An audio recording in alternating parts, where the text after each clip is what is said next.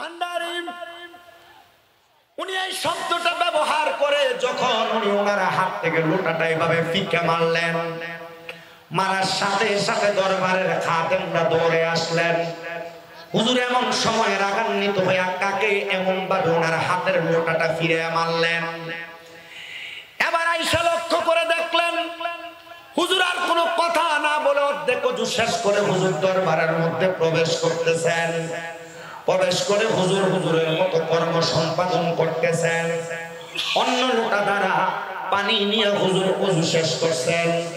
কিন্তু দরবারের ভক্তবিন্দুরা চিন্তা করলেন হুজুর মনে হয় হুজুরের ওযুর যে লোটা, ওযুর যে পাত্রটা হুজুর মনে হয় দরবারের পুকুরের মধ্যে ফেলে দিয়েছেন।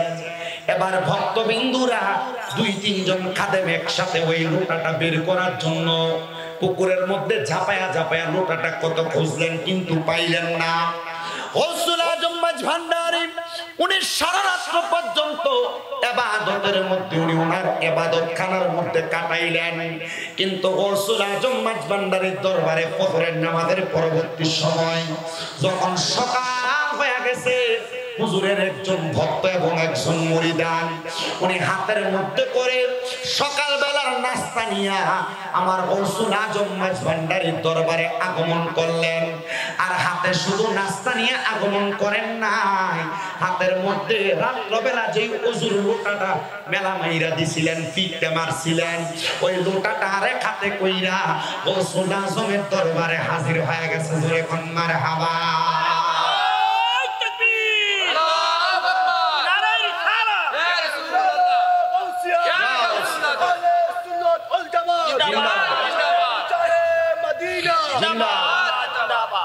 হুজুর গৌসুল আজমের দরবারে প্রবেশ কইরাম।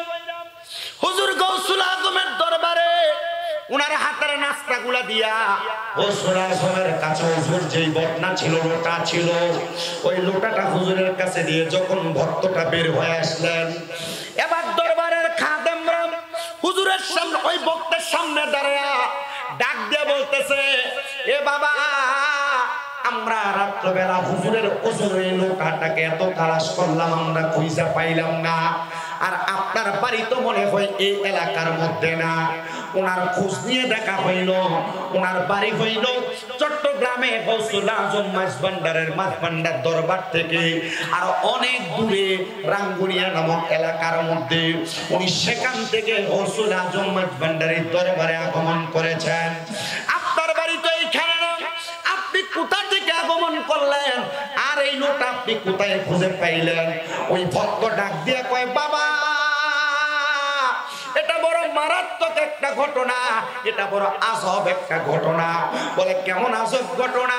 বলে আমি একজন গরিব মানুষ, আমার কাছে কোনো টাকা নাই, আমার কাছে কোনো সম্পদ নাই।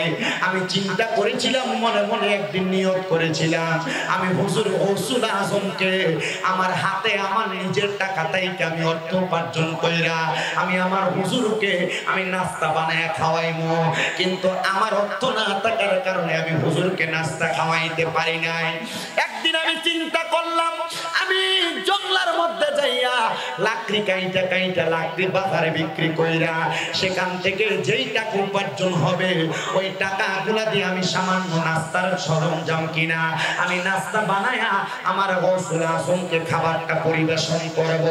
কিন্তু আমি যখন জঙ্গলার মধ্যে গেলাম, জঙ্গলার মধ্যে যে লাকড়িগুলা টোকায়া আমি লাকড়িগুলা যখন একসাথে করে রাখলাম, রাখার সাথে সাথে সাথে সাথে হঠাৎ করে লাকড়িগুলা বাঁধার সময় আমি দেখলাম আমার পাশে একটা ভাগ এমন ভাবে হা করে রাখছে। এমন ক্ষুধার্ত বাঘ, আমি লাকড়ি টোকানো বন্ধ কইরা লাকড়িগুলা ছেড়ে দিয়ে আমি ইয়া গৌসুল আজম বলে একবার ডাক দিলাম। আমাকে কে রক্ষা করবে, কে বাঁচাবে, আমি মনে মনে চিন্তা করতে লাগলাম। আপনারা বলেন বাঁচাইতে পারে একজন, তিনি কে? কিন্তু আমার আল্লাহ তাআলা বাঁচায় কথা সত্য, কিন্তু বাঁচানোর জন্য দুনিয়ার জমিনের ভিতরে বিভিন্ন এলাকার মধ্যে বিভিন্ন কুতুব বিভিন্ন গৌসদেরকে নির্ধারণ করে রাখছে। আমার আল্লাহ তাআলার ওই বন্ধুরা বিভিন্ন ভাবে ওই গৌস কুতুবগুলা আমাদেরকে রক্ষা করেন, কিন্তু সকল ক্ষমতার মালিক একজন, তিনি হলো আল্লাহ। ওই আল্লাহ ওই গৌস কুতুবদের মাধ্যমে বান্দাদেরকে রক্ষা করে। কথা কন না ঠিক কিনা? উনি লাকড়ির পূজাটা ছেড়ে দিলাম। আমার পাশে যখন দেখলাম ওই ভাগটা হা করে আছে, আমাকে খেয়ে ফেলবে, আমি ইয়া গৌসুল আজম বলে যখন শব্দ উচ্চারণ করলাম, আমার শরীরটা কাঁপতেছিল। এমন টাইমে দেখলাম হঠাৎ করে বাতাসের মাধ্যমে ওই একটা লোটা, যেই লোটাটা আমার হাতের মধ্যে দেখলাম, ওই লোটাটা আইসা ভাগের মাথার মধ্যে পড়ছে, আর ভাগটা সেখান থেকে পলায়ন করে চলে গিয়েছে। আমি বুঝতে পারলাম না এই লোটা কোথা থেকে জানি আগমন করলো।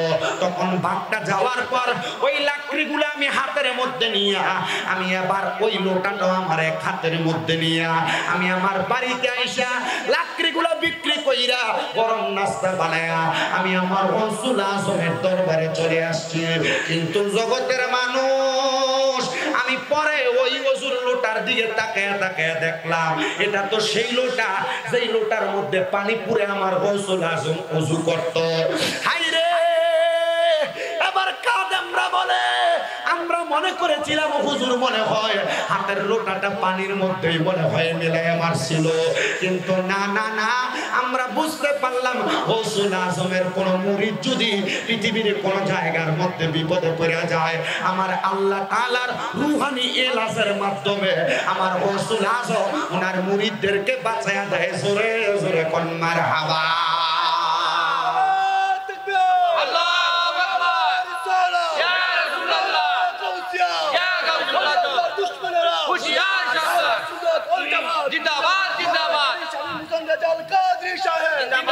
আমার প্রাণে খুঁজে মাঝি ভান্ডার, মনে খুঁজে মাঝি ভান্ডার, নিন্দা করলে কি ক্ষতি আমার। আমার প্রাণে খুঁজে মাঝি ভান্ডার, দিলে খুঁজে মাঝি ভান্ডার, নিন্দা করলে কি ক্ষতি আমার। আইরে নিন্দুকেরা নিন্দা করে, নিন্দুকেরা নিন্দা করে, নিন্দা করা স্বভাব তার, নিন্দা করলে কি ক্ষতি আমার। অনেকে সেটায় না, আরে ভান্ডারি জায়গা ভান্ডারি, আরে বাবা ভান্ডারির টুপি লাগে যদি নামাজ না পড়ে, এটা কি ভান্ডারির দোষ নাকি? কথা না কয় না, ভান্ডারির টুপি লাগে যদি নামাজ না পড়ে, এটা ভান্ডারির দোষ না। গৌসুল আজম মাঝভান্ডারির দরবারের প্রথম তরিকার সবক নিবেন 7-6 সবক। কয় সবক? 1 নাম্বার সবক গৌসুল আজম মাঝভান্ডারি আদব কি, 2 নাম্বার ঈমান, 3 নাম্বার নামাজ। তাহলে আপনার প্রথম 3 শিক্ষাই তো আপনার কি? আদব, ঈমান, নামাজ। তো ভান্ডারিটা নামাজ পড়ে না কে কইছে? যে নামাজ পড়ে না হ্যাঁ বন্ড, এর লাগে সব ভান্ডারিরে হাতটা বন্ড কইব, কাম হবে। এজন্য আসে কয় ওরে নিন্দুকেরা নিন্দা করে, নিন্দুকেরা নিন্দা করে, নিন্দা করা স্বভাব তার, নিন্দা করলে কি ক্ষতি আমার। আমার মনে খোঁজে মাঝি ভান্ডার, পানে খোঁজে মাঝি ভান্ডার, নিন্দা করলে কি ক্ষতি আমার। শোনো যত বন্ধুগণ, নিন্দুকের তোমরা কব ভেব না দুশ্মন। ভান্ডারিরা কেউ বন্ধ করলে এরা কিন্তু এর লগে ঝগড়া করে না, করে না আপনারা? আসে, আমি দেখছি বহুত যারে। আমার আব্বা মুজিবুল বশর মাইজ ভান্ডারির ভাইয়া, মারহাবা কন্যা কা। আমার দাদু আবার আসিল মঈন বাবার ভাইয়া। আমি আমার দাদুর এসে গেলাম, আপনি মঈন বাবার মুরিদ সাইফুদ্দিন বাবার কাছে মুরিদ করাইলেন না কা? মুজিব বাবার কাছে আমার বাপেরে করাইলেন। তো বেটা তুই বুঝতি না, এক ফুলের এক গ্রান। আমি তো মঈন বাবার আমাদের কাছে ধইরা মঈন বাবার হয়ে লেছি, তখন আমি আমার ফুতেরে মুজিব বাবার কাছে করাই দিছি যেন সব ফুলের গ্রান লইতে পারে। মারহাবা, আর জোরে কন্যা মারহাবা। শোনো যত বন্ধুগণ, নিন্দুকের তোমরা কব দেব না দুশ্মন। শোনো যত বন্ধুগণ, নিন্দুকের তোমরা কব দেব না দুশ্মন। হাইরে তরিকতের ধোপার মতো, তরিকতের ধোপার মতো, দুয়ে করুক পরিষ্কার, নিন্দা করলে কি ক্ষতি আমার। আমার প্রাণে খোঁজে মাঝি ভান্ডার, দিলে খোঁজে মাঝি ভান্ডার, নিন্দা করলে কি ক্ষতি আমার। হাইরে নিন্দুকেরা, হুজুর আমনে উঠ করে না, থাকে তোরা এনে দাঁড়ায় থাক। ওরে নিন্দুকেরা নিন্দা করুক, নিন্দুকেরা নিন্দা করুক, নিন্দা করা স্বভাব তার, নিন্দা করলে কি ক্ষতি আমার। খাদেম রমেশের বাণী বলে গিয়েছেন তিনি, পান দিয়েছি পীর কদমে যা করেন তিনি, খাদেমে রবেশের বাণী দলিল লিখেছেন তিনি, প্রাণ দিয়েছি পীর কদমে যা করেন তিনি। আইরে এসব নিয়ে টানা টানি, এসব নিয়ে টানা টানি, সেই সব আবার কি দরকার, নিন্দা করলে কি ক্ষতি আমার, আমার পানে খোঁজে মাঝি ভান্ডার, দিলে খোঁজে মাঝি ভান্ডার, নিন্দা করলে কি ক্ষতি আমার। হাইরে নিন্দুকেরা নিন্দা করে, নিন্দুকেরা নিন্দা করে, নিন্দা করা স্বভাব তার, নিন্দা করলে কি ক্ষতি আমার। তাহলে গৌসুল আজম মাঝি ভান্ডারীর আলাদা পাওয়া, ওনারা চক্ষু বন্ধ করলে মুরিদ কোন জায়গায় বিপদে পড়লে সেই খবরও জানে, ঠিক কিনা? এখন আপনি ঠিক কইয়া চুপ করে রইলেন, কিন্তু আপনার এই বিশ্বাসটা অন্তরের ভিতরে ঠিক মতো রাখলেন না, যে না এটা কি, এটা আল্লাহ তাআলার ক্ষমতা ছাড়া আর কারোর ক্ষমতা না। আর এই ক্ষমতা তাদেরকে দেয় আল্লাহ, কথা বলেন, এই ক্ষমতা আউলিয়া কেরামরা দেয় কে?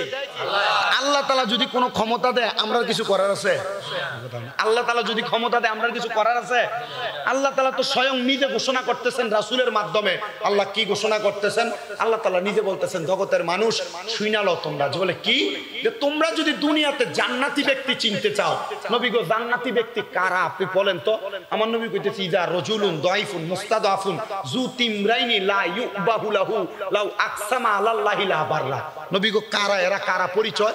নবী কয় কলা রাজুলুন, এমন ব্যক্তি, দাইফুন দুর্বল, মুস্তাদাফুন যু তিমরাইনি, যারা দেখলে তোমার ভাল লাগতো না, পছন্দ হইতো না, লা ইউবাহু লাহু, এরা দেখলে তুমি অবহেলা করবা বা তোমার অপছন্দ মনে হবে, লাউ আকসামা আলাল্লাহি লা বাররা, কিন্তু এই ব্যক্তি যদি কোনো দোয়া করে আল্লাহ দোয়া কবুল করে। এটা ইবনে মাজাহ শরীফ 303 নাম্বার পৃষ্ঠার হাদিস। আল্লাহ রাসূল সাল্লাল্লাহু আলাইহি ওয়াসাল্লাম বলছে জান্নাতের বাদশা হবে ওই ব্যক্তিগুলা। নবী গো তারা কারা? বলতেছে ওই ব্যক্তি যার চুলগুলো এলোমেলো, শরীর দেখতে দুর্বল, মাইজভান্ডার যায় দেখবেন এমন অনেক ছাগল রোগ ঘুরে বেড়ায়, কথা কন না কা, ঠিক কিনা? তাই আমি আজকের এই জান্নাতের বাগানে যে বসছি, আমি এখানে বেশি কোনো কথা বললাম না, আমি এই জয় ঘটনাটা বলছি। এই ঘটনার মাধ্যমে আপনাদেরকে এটা জানিয়ে দিতে চাচ্ছি যে গৌসুল আজম মাঝি ভান্ডারী ওনারা কোনো অবহেলিত অলি না, ওনারা আওলাদের রাসূল, কথা বলে না। ওনারা কি? ওনাদের শানে, ওনাদেরকে নিয়ে কখনো কোনো বাজে মন্তব্য করতে সাবধান। বলেন, হ্যাঁ বলেন।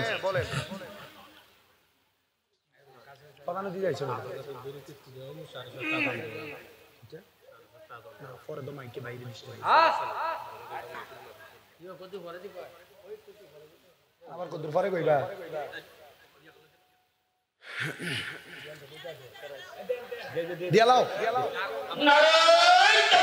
এই জয়পুরের মাঝবান্ডারি যুব কাফেলার ত্রিবার্ষিক সম্মেলন উপলক্ষে এই জান্নাতের বাগানের উসিলায় আল্লাহ যেন এই এলাকা সহ সারা পৃথিবীর যত মুর্দেগান অন্ধকার কবরে প্রত্যেকের কবর নাজাতের ফয়সালা করে দেয়। জোরে পড়ি আল্লাহুম্মা আমিন। আমি আমার বয়ানের ইতিটাই না, আপনাদেরকে নিয়ে একটু ইসমে জাতের জিকির করব। চক্ষুটা বন্ধ করে দিয়ে মোহাব্বতে আল্লাহ তাআলার ইসমে জাতের জিকির করবেন। আল্লাহ যেন আমাদেরকে মাফ করে। আজান হয় তাহলে স্টপ।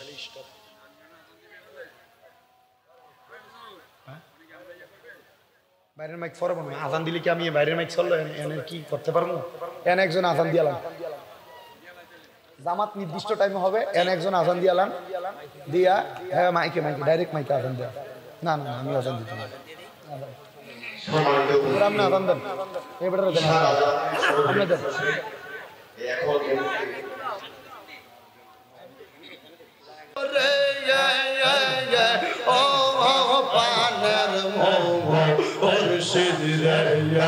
তুমি ধীরে ধীরে ফিরে ফিরে সারা আইয়ো রে মাওলা আল্লাহ আল্লাহ কেন চিল্লি না রে মোহন, কেন চিল্লি না রে মোহন, আমার গৌসুল আজম মাঝি ভান্ডারী মাওলানা কে মোহন মাওলা আল্লাহ আল্লাহ আল্লাহ আল্লাহ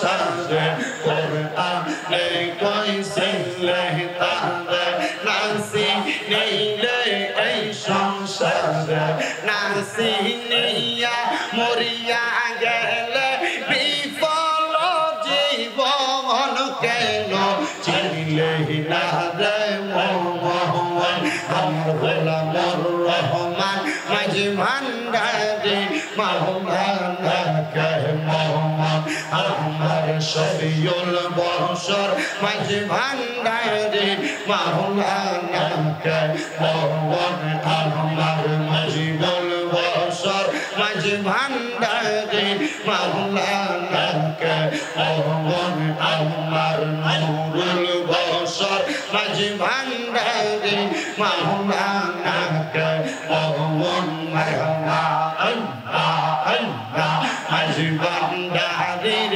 আজব খেলা বুঝতে পারে কোন পাগলা মাঝি ভান্ডারির আজব খেলা বুঝতে পারে কোন পাগলা সে বোঝে সে পাইয়া গেল কবর হাসর কেন চিনলে না রে মোহাম্মদ আমার গৌসুল রাজম মাঝি ভান্ডারি মাওলানা কে মোহাম্মদ মারহাবা আল্লাহ আল্লাহ আল্লাহ আল্লাহ ইলাহা ইল্লাল্লাহ মুহাম্মাদুর রাসূলুল্লাহ সাল্লাল্লাহু আলাইহি ওয়াসাল্লাম আল্লাহুম্মা আমিন আল্লাহুম্মা আমিন আলহামদুলিল্লাহি রাব্বিল আলামিন আসসালাতু ওয়াসসালামু আলা রাসূলিহিল কারীম রব্বানা যালামনা আনফুসানা ওয়া ইল্লাম তাগফির লানা ওয়া তারহামনা লানাকুনান্না মিনাল খাসিরিন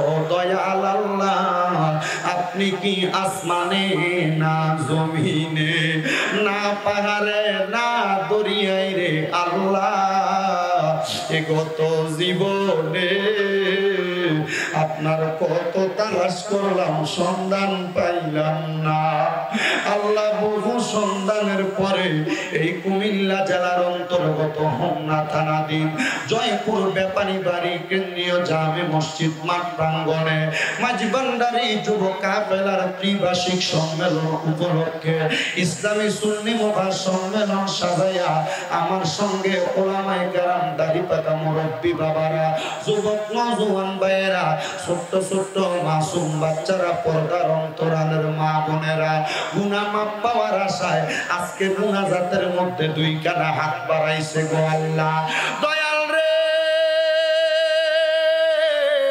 যার হাতটা তোমার কাছে মায়া লাগে পছন্দ হয় ওই হাতের উসিলায় আমরা প্রত্যেকের জীবনের গুনাহ মাফ কইরা আমরা রে বেগুনাহ মাসুম বান্দা বানায়া দাও এগো আমার এই জয়পুর এবং আশেপাশে এলাকার মা বোনেরা গো কি গো মা মাইকের আওয়াজ তোমাদের কানে যায়নি গো মা মুনাজাত হইতেছে গো মা আল্লাহর দরবারে আমিন আমিন কইরা দুইটা হাত বাড়াইয়া দাও গো মা আমরার বিশ্বাস আছে গো মা আমার আল্লাহ একটা হাতও খালি ফিরিয়ে দিবে না আল্লাহ আমরা তো এই এলাকার চিরস্থায়ী বাসিন্দা না একদিন অন্ধকার কবরে চইলা যাব সাদা মার্কিন কাফনের কাপড় পইরা আল্লাহ আমরার মতো কত মানুষ অন্ধকার কবরে শুইয়া রইছে আজকে জয়পুরের সুন্নি মুবাহ সম্মেলনে কে জানি হাত বাড়াইছে কার জানি জগতের মধ্যে বাবা নাই যেই বাবা রিকশা চালাইয়া মাটি কাইটা মাথার গাম পায়ে ফালাইয়া পরের বাড়িতে বদলার কাজ কইরা সন্তানদের মানুষের মতো মানুষ করার জন্য আব্বা নিজের রক্তরে পানি বানাইছে এমন আব্বা যাদের অন্ধকার কবরে রে আল্লাহ আব্বার কবর জান্নাতের বাগান বানায়া দাও মাবুদ কে জানি হাত বাড়াইছে কার জানি জগতের মধ্যে মা নাই আল্লাহ যেই মা 10 মাস 10 দিন গর্ভে ধারণ কইরা সন্তানের প্রসব বেদনা সহ্য করতে মার বড় কষ্ট হইছে, এমন মা দুঃখিনী যাদের অন্ধকার কবরে রে আল্লাহ আমার কবর জান্নাতের বাগান বানায়া দাও। আল্লাহ যাদের মা বাবা বেঁচে আছে হায়াতে তৈয়বা নসিব কইরা দাও, আম্মা আব্বার খেদমত করার তৌফিক দান করো। বিশেষ করে আজকে জয়পুরের জমিনে এই জান্নাতের বাগান মাহফিলের মধ্যে যারা টাকা দিয়া পয়সা দিয়া শ্রম দিয়া বুদ্ধি দিয়া পরামর্শ দিয়া মাইক দিয়া লাইট দিয়া প্যান্ডেল দিয়া মিডিয়ার ভাইয়েরা সহ সম্মানিত শ্রোতা মণ্ডলী আমার পুরুষ ভাইয়েরা পর্দার আড়ালের মা বোনেরা, বিশেষ করে আয়োজনে অনেকের নাম এখানে উল্লেখ আছে, আল্লাহ প্রত্যেককে তুমি কবুল মঞ্জুর করো। অনেক প্রবাসী ভাইয়েরা বিদেশ থেকে দোয়া চাই, আল্লাহ আমার প্রবাসী ভাইদের দোয়া তুমি কবুল মঞ্জুর করে নাও। প্রবাসীদের কামাই রুজি হায়াতে মানে সম্মান ইজ্জতে বরকত দান করো।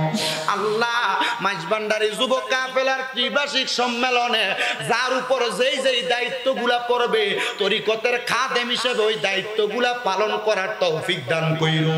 এই জয়পুরের মধ্যে তোমার খাস রহমত বরকত দান কইরো। বিশেষ করে আল্লাহ যত উলামায়ে কেরাম শেষ পর্যন্ত কথা বলবে প্রত্যেকের জানে মানে ইজ্জতে সম্মানে পরিপূর্ণ শক্তি দান কইরো। আল্লাহ আমার জাহিদ হাসান প্রলয় ভাই উনি বিদেশ থেকে দোয়া চাইছে, ওনার সহপাঠী সহ অনেকে জয়পুর এলাকার মধ্যে অবস্থান করতেছে, তাদের প্রত্যেককে তুমি কবুল মঞ্জুর করো। অনেক ভাইরা কষ্ট করে বাতাকান্দি থেকে আগে আনছেন, আল্লাহ তাদেরকে তুমি কবুল মঞ্জুর করো। গৌসুল আজম মাইজভান্ডারি নুরানি নেক নজর সোহবত তাদের সিনার মধ্যে দান করো। আল্লাহ বিপদ আপদ বালা মুসিবত থেকে হেফাজত কইরা আমাদেরকে মরণের আগে বারবার মক্কা মদিনার তাওয়াফ জিয়ারত নসিব করায়া আখিরি জবানে মধুর কালেমা পড়ায়া দিয়ে লা ইলাহা ইল্লাল্লাহু মুহাম্মাদুর রাসূলুল্লাহ সাল্লাল্লাহু আলাইহি ওয়াসাল্লাম। আসসালামু আলাইকুম ওয়া রাহমাতুল্লাহি ওয়া বারাকাতুহু। সবাই ওযু করে যাদের ওযু নাই মসজিদে চলে যাবে। আলহামদুলিল্লাহ মাওলানা কারি শামীম হুসাইন রেজা আল তাবরিজকে মাইজভান্ডারি যুব কাফেলার পক্ষ থেকে এবং অত্র এলাকার সকল জনমানুষের পক্ষ থেকে আন্তরিক অভিনন্দন এবং দোয়া